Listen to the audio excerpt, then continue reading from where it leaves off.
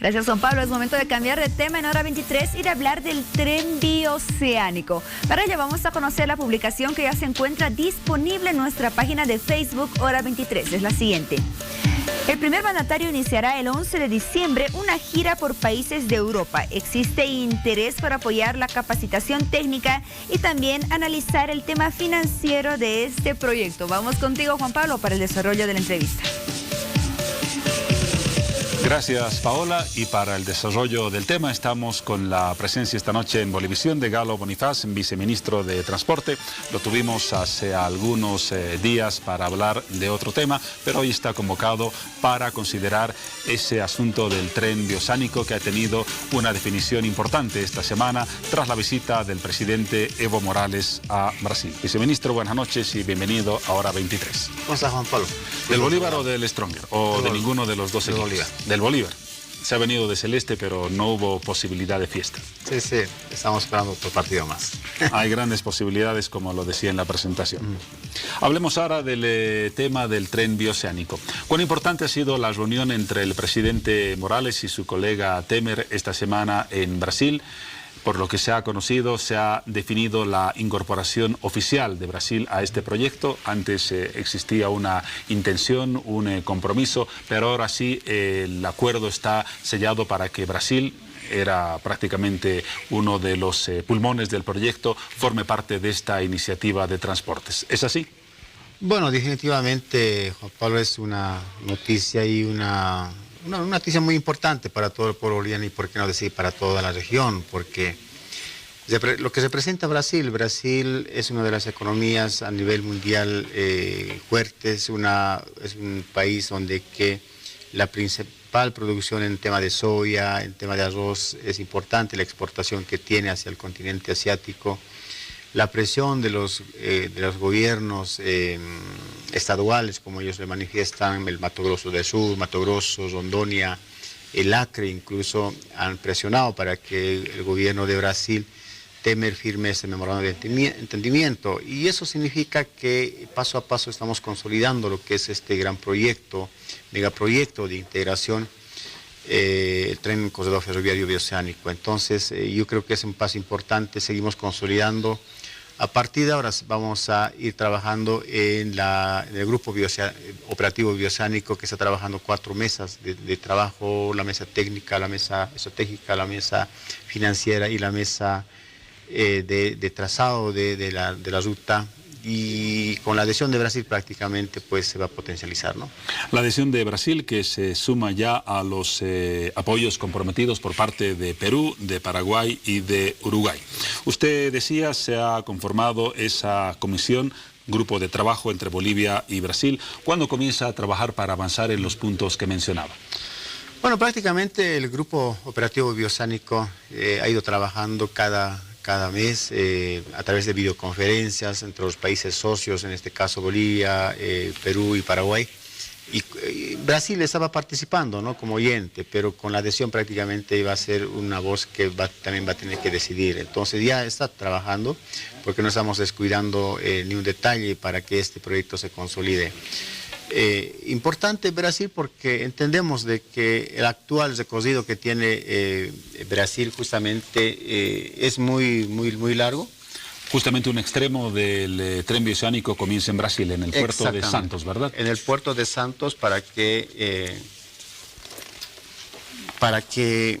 por ejemplo, aquí todo el trayecto hasta el puerto de Hilo en Perú. Exactamente, ¿no? Entonces el recorrido aquí tiene... Ahí podemos mostrar la imagen, si me permite. Sí, por favor. Por ejemplo, aquí empieza el recorrido Puerto Santos. Puerto Santos, aquí tiene Puerto Suárez. Esta línea, por ejemplo, ya tiene... la línea ya tiene Brasil, la línea trochamétrica, ¿no? Entonces no necesita la liberación de vía, no necesita la ficha ambiental, ya tiene la línea extendida Brasil. Esto significa, había un dato, que el 40% de la línea del tren bioceánico ya está prácticamente construida. Exactamente, ¿no? Ahí, como verán, ya tiene Brasil. Lo único que va a hacer es adecuar, recondicionar y habilitar. De Santos a Puerto Suárez. A Puerto Suárez. En Puerto Suárez. De Puerto Suárez a Santa Cruz, la red oriental de Bolivia funciona con la red oriental que cada día transita. ¿Y es el mismo ancho de trocha? Trochamétrica. Brasil tiene trocha métrica y nosotros tenemos trocha métrica, ¿no? Para que nos entiendan muy bien, ¿a qué nos referimos con trocha métrica? La trocha métrica es una trocha única. Hay dos trochas, la estándar y la métrica. Nosotros tenemos, y Brasil tiene la trocha métrica, que es una trocha angosta, y la estándar es un poco más ancha, para que circulen trenes con carga o pasajero, ¿no? En palabras más simples, el ancho de las rieles. El ancho de las rieles, exactamente. Y de Santa Cruz hacia Montero, efectivamente existe. De Montero a Bulubulo actualmente estamos trabajando con un proyecto con una empresa para consolidar el tendido de la línea, un avance del 78%. ¿Qué dicen es el sector más complicado por la geografía y por los accidentes geográficos? No, todavía es el tema del territorio cruceño. De Montero... Cuando llegamos a Cochabamba, creo que de Bulubulo a Villa Tunari... Ese es el trayecto complicado. Y de Villa Tunari a Cochabamba sí. Ella la ruta más complicada, porque ahí nos topamos con el ciliar. Entonces, de Cochabamba a Oruro existe, y hay que rehabilitar, de Oruro a La Paz existe la red occidental, y de la frontera hacia Perú está haciendo la preinversión para sus estudios. Le devuelvo su mapa. Muy bien, ese es el recorrido del tren bioceánico. Había un dato importante que se mencionó esta semana para que la gente tenga una valoración de la importancia de esta vía. Se decía que actualmente Brasil demora en llevar su mercadería a Shanghái por el canal de Panamá 67 días y 13 horas. Pero con el tren bioceánico ese tiempo se reduciría a 36 días y 8 horas. Es desde luego un aspecto, una reducción de tiempo notable.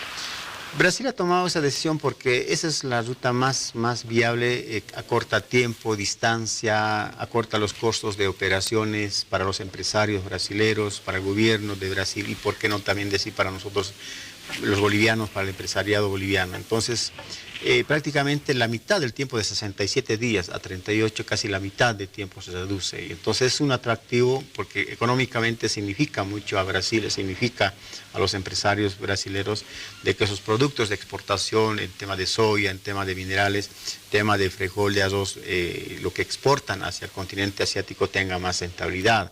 Y por eso la presión de estos estados, del Acre, de Rondônia, de Mato Grosso del Sur, ha sido importante.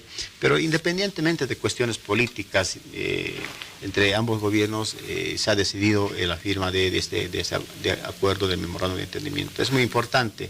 Brasil lo ha entendido porque es la única vía que puede satisfacer las necesidades del empresariado brasileño. Y si era tan importante para Brasil, ¿por qué se habrán demorado tanto en tomar la decisión? Antes asumida por Uruguay, por Perú y desde luego por Bolivia. Lo que pasa es que hay dos reuniones que se han ido aplazando, ¿no? Por cuestiones de salud del presidente de Brasil, ¿no? Pero la simple presencia de Cancillería brasilera en las mesas técnicas a través de videoconferencias nos garantizaba que Brasil en cualquier momento iba a firmar, porque constantemente en las videoconferencias de Brasil sí participó con sus aportes, ¿no? Pero necesitábamos el documento oficial, ¿no? Entonces, como ya hay un documento oficial del memorándum, oficialmente pues Brasil es parte de socio estratégico de ese gran proyecto. Y todas las decisiones que se van a tomar a partir de ahora justamente van a ser en conjunto. Por ejemplo, una de las prioridades va a ser buscar el financiamiento. A eso me quería referir. Se necesita, de acuerdo a las estimaciones, una inversión aproximada de entre 10.000 a 14.000 millones de dólares. No es poco. ¿Cuáles son las posibles fuentes de financiamiento para esta obra? Eso es un estimado, ese presupuesto, ¿verdad? Pero puede ser un financiamiento europeo, porque empresas alemanas, suizas, francesas, están interesados en financiar. No nos olvidemos de que Alemania también se incorpora al proyecto con temas de financiamiento y también aporta técnicamente. El financiamiento se va a buscar en conjunto de todos los países. Puede ser una inversión privada o una APP, ¿no? Asociación Pública-Privada. Todavía se está en fase de exploración, no hay un compromiso. Efectivamente, a partir de la adhesión de Brasil ya se va a tomar decisiones la gestión que venga, ¿no? Pero lo que más nos va a urgir en trabajar es el tema del financiamiento, ¿no? Como le decía, un financiamiento extranjero, europeo, una APP, que puede funcionar. Nos parece interesante la propuesta, por ejemplo, de Brasil, que sea una APP, nos manifestó en las videoconferencias, pero veremos, el conjunto de países que conforman este corredor lo van a decidir, no simplemente el tema financiero, sino también el tema estratégico, el tema del trazado, el tema de la norma regulatoria que tiene que tener este corredor, por ejemplo, el control aduanero. Brasil nos ha manifestado de que tiene que ser un corredor ágil, efectivo, que brinden esas garantías de que el empresariado no va a tener perjuicio en el trayecto. Entonces vamos a ver que tenga un control aduanero único entre todos los países o un control aduanero solamente para el corredor muy especial. Entonces son propuestas que ya lo hemos ido trabajando, seguramente vamos a ir consolidando la gestión que viene, ¿no? El presidente Morales viaja el próximo 14 o va a estar el próximo 14 de este mes en Suiza. El objetivo de su visita tiene que ver con un asesoramiento técnico, con la búsqueda de financiamiento o con ambas o más situaciones. El 13 de este mes estamos firmando un convenio con la Universidad de Austria, Graz, ¿no? Para capacitación técnica a los ingenieros civiles, ingenieros ferroviarios.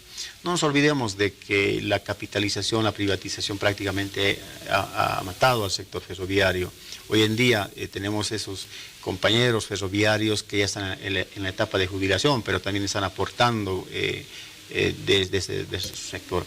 Pero lo que estamos enfocando es en la nueva generación de ingenieros ferroviarios, en la nueva generación de ingenieros civiles que van a hacer el control, que van a prestar servicios. Entonces, este corredor va a generar mucho empleo, por eso es importante los acuerdos con los países europeos que tienen una gran experiencia en tema de ferrovías. Y le decía, la presencia del presidente Morales en Suiza. El 14 sí se firma, un memorándum de entendimiento con Suiza para ver el tema financiamiento, el tema de técnico, ¿no? Asesoramiento técnico. Entonces va a ser importante. Por ejemplo, yo hace un momento le decía, la ruta de Villa Tunaria, Cochabamba, va a ser importante el aporte tecnológico, el aporte técnico de los países europeos, porque nos van a delinear cuál es la ruta más viable para salir de ese tramo. Porque no podemos tener, ni va a ser admisible tener un sillar en términos ferroviarios que se corte cada vez que cae una tormenta. En términos técnicos se va a evitar absolutamente esa posibilidad. Exactamente, ¿no? Entonces la experiencia de los europeos es muy importante y va a ser muy importante el aporte en la medida del trabajo que vamos realizando en las mesas técnicas. Y por eso el presidente está dando más énfasis en firmar este acuerdo de memorándum de entendimiento con Suiza para que el tema técnico pues sea también transmitido a la parte boliviana, al mismo corredor, al grupo operativo bioceánico. Entonces, toda esta gestión, estimado Juan Pablo, no es casual, es un proyecto, es un plan de gobierno que el presidente ha asumido desde 2006. Tenemos un proyecto estratégico de transporte de integración, carretero, férrea, aéreo, y en este caso estamos enfocados en temas del corredor. Hemos empezado con el corredor, estamos después complementando los trenes metropolitanos de Cochabamba y Santa Cruz.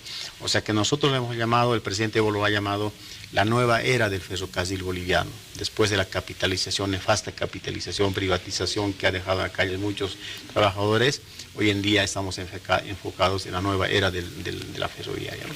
Aunque no está definido todavía el trazado de la línea, han surgido algunas observaciones que alertan sobre la posibilidad de afectar a algunos sectores de la naturaleza que son importantes. ¿Se va a considerar, desde luego, eludir algunas regiones que son valiosas para la fauna y para la flora?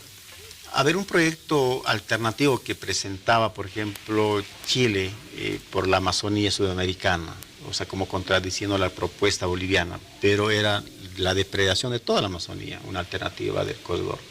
Pero no ha sido viable porque simplemente era una idea. ¿Por qué Brasil firmó este memorándum? Porque, como le mostraba en el mapa, o sea, ya hay una línea desde Santos hasta la frontera, hasta Puerto Quijado. No necesita en Brasil no tienen problemas. No necesita Brasil la expropiación de tierras, la ficha ambiental, no, porque ya lo tiene la línea, ¿no? Y en el caso de nuestro territorio, ¿vamos a afectar a alguna área importante? La línea afecta que la mínima afectación va a ser en ese tramo, ¿no? De Villa Tunaria a Cochabamba, ¿no? El tema del sillar, ¿no? Y lo demás ya tenemos las líneas. No se pasa por alguna área protegida, por ejemplo. No, va a ser la afectación va a ser mínima, ¿no? Entonces ya tenemos líneas que ya están extendidas, simplemente va a ser la ecuación, la consolidación, ¿no? Perú es lo mismo, los 344 kilómetros que tiene Perú están haciendo su preinversión, 4 alternativas que seguramente lo van a exponer en las mesas de trabajo y va a ser la mejor vía que llegue al puerto de Ira, ¿no? Entonces, no hay que preocuparse por el tema ambiental porque sí ya está garantizado, la liberación de derechos de vía, todo está en ambos países, ¿no? Por último, en términos de tiempo, aunque es, me imagino, difícil hacer una estimación, en el caso de la visión más optimista, ¿cuándo se estima que podría estar concluido el proyecto? Y en el caso de la perspectiva más pesimista, ¿también cuándo? Toda esta integración ferroviaria, integración del tren, del corredor ferroviario está agendado para el 2025, ¿no? La Agenda 2025. Entonces, tenemos tiempo, los países socios saben que vamos a llegar a esa meta final. Y como hace un momento le decía a Juan Pablo, todo este proyecto que hace 4 años el presidente Evo Morales presentó a la Asamblea Legislativa como una idea, un sueño, hoy en día es una realidad. Esa realidad seguimos consolidando paso a paso. ¿El año 2025 será la frontera real para concluir el tren bioceánico? Vamos a estar uniendo el Atlántico y el Pacífico. Hasta el 2025. Vamos a estar dando al pueblo boliviano... vamos a consolidar este sueño anhelado a todos los bolivianos. Históricamente Bolivia sí ha insistido en salir al Pacífico de alguna otra manera, pero ahora sí es efectivo. Pero no se anima a dar una fecha todavía. No, puede ser menos, pero no puede ser por encima del 2025, ¿no? Sino que incluso estamos proyectando que puede ser el 22, ¿no? El 22, pero de acuerdo al trabajo que realicemos las mesas técnicas, ¿no? Muy bien, y muy brevemente, seguramente la gente se pregunta, ¿esta línea va a servir también para el transporte de pasajeros o es netamente o mayormente dedicada al transporte de carga? La mayor parte es de carga, ¿no? Porque Brasil nos ha pedido así, porque Brasil, como le decía, el presidente se reunió con los gobernadores del estado del Acre, Rondônia, Mato Grosso, que son productores de soya. Entonces, la mayor parte va a ser de carga. Lo mismo de parte de Bolivia, los empresarios, los exportadores bolivianos también están pidiendo, pero de alguna manera va a haber una incidencia también en el pasajero, pero lo más fuerte del proyecto es el tema de la carga, ¿no? La carga. Y otro elemento más. El año que viene Bolivia va a tomar la presidencia pro tempore de COSIPLAN, que es un brazo operativo de la UNASUR. Entonces, como presidencia vamos a seguir fortaleciendo y vamos a seguir consolidando. Entonces, un elemento más para seguir fortaleciendo este corredor. Entonces, son las condiciones andadas, ¿no? Este proyecto, estas firmas de memorándums de entendimiento con todos los países socios ha sido gracias a la imagen del presidente. Eso hay que decirlo así de frente, ¿no? Porque si no hubiera sido imagen, el liderazgo, ahorita el corredor hubiera estado ahí archivado, pero ha sido muy importante la participación del presidente. No le ha interesado cuestiones políticas, ideológicas con Brasil, a pesar de que tenemos diferencias ideológicas, pero cuando se trata de luchar por las reivindicaciones, por la integración entre pueblos, no hay política. Entonces, lo único que busca el presidente es bienestar para todos los bolivianos, para las futuras generaciones, ¿no? Aunque los socios del proyecto buscarán, desde luego, utilidades y no solamente imagen. Efectivamente, ¿no? Ese es el objetivo, que la economía del Estado boliviano se siga consolidando, que todos los países miembros se beneficien, ¿no? Y el principal beneficiado sean los pueblos, el ciudadano, en este caso boliviano, ¿no? Galo Bonifaz, viceministro de Transporte. Viceministro, una vez más, gracias por estar presente en Hora 23. Dejamos el tema que seguramente va a seguir generando noticia de tiempo en tiempo por los plazos de este proyecto, por los plazos y por la importancia en la perspectiva de una economía regional más fortalecida.